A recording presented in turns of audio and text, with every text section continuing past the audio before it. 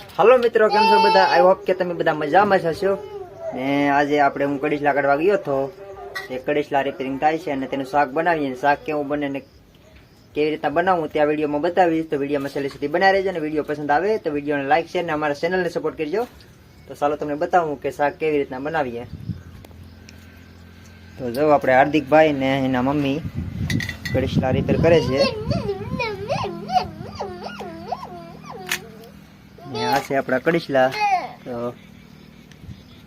हार्दिक भाई एक पकड़ी गया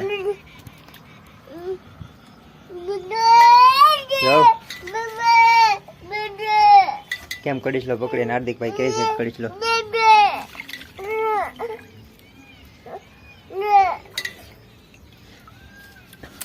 आपणे हाथे काढवा गया था ये कड़ीसलो छे हाथ ना काढेलो छे. हार्दिक भाई बप्पा बप्पा करे छे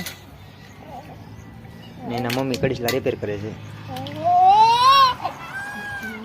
तो અત્યારે ખાલી રિપેરિંગ પ્રોસેસ ચાલુ છે ને આગળ જે શાક કેવી રીતના બનાવીએ વિડિયો છેલ્લે સુધી જોઈજો. ને હું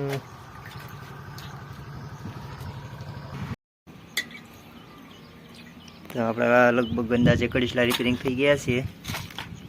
પેલા કડીશલા છે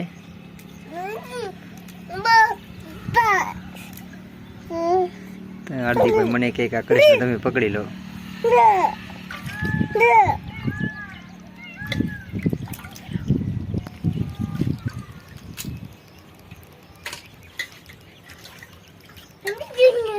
किस ले लो तात में से या नेर में ने जावे હવે નથી ફૂટી ગયો કાલ જાય પાછી લેવા આદે શું થાય ની એ બધું હાર્દિકભાઈ ને એમ કે કડીશલી હજી છે કે હાર્દિકભાઈ ને કડીશલાથી બહુ પ્રેમ હો ભાઈ. બગડી આખો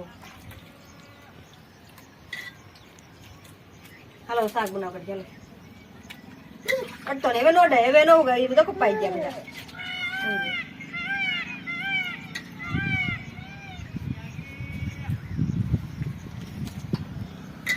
આદે આદે કઈ કરતો નહીં સારા આદે તો હાલો શાક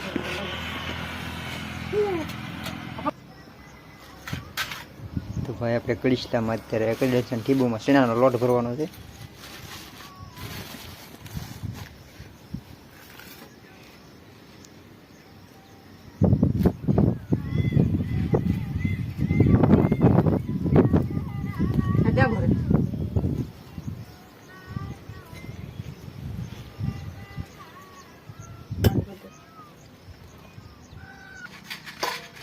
ખબર છે ઘડીક મૂકી દે ઘડીક વા હાર્દિકભાઈ ટીબુ લઈને જાય કારણ કે એને ઉતવાર થઈ ગઈ થોડી ટીબુ કરવાની ને એમ છે કે ગાય ટીબુ પર દઈ જાઓ ઘડીક મૂકી દે.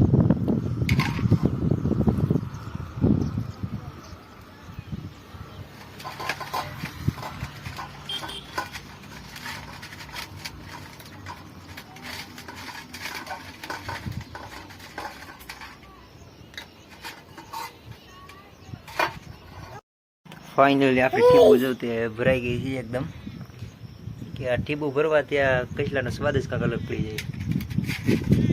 ટીબુ ભરાઈને કમ્પ્લીટ થઈ ગઈ છે ને હવે થોડુંક શરૂઆત એની પછી ખબર પડે કેવો મસાલો નાખે. તો ભાઈ આપણે કડીશલાનું શાક તૈયાર થઈ ગયું છે. જો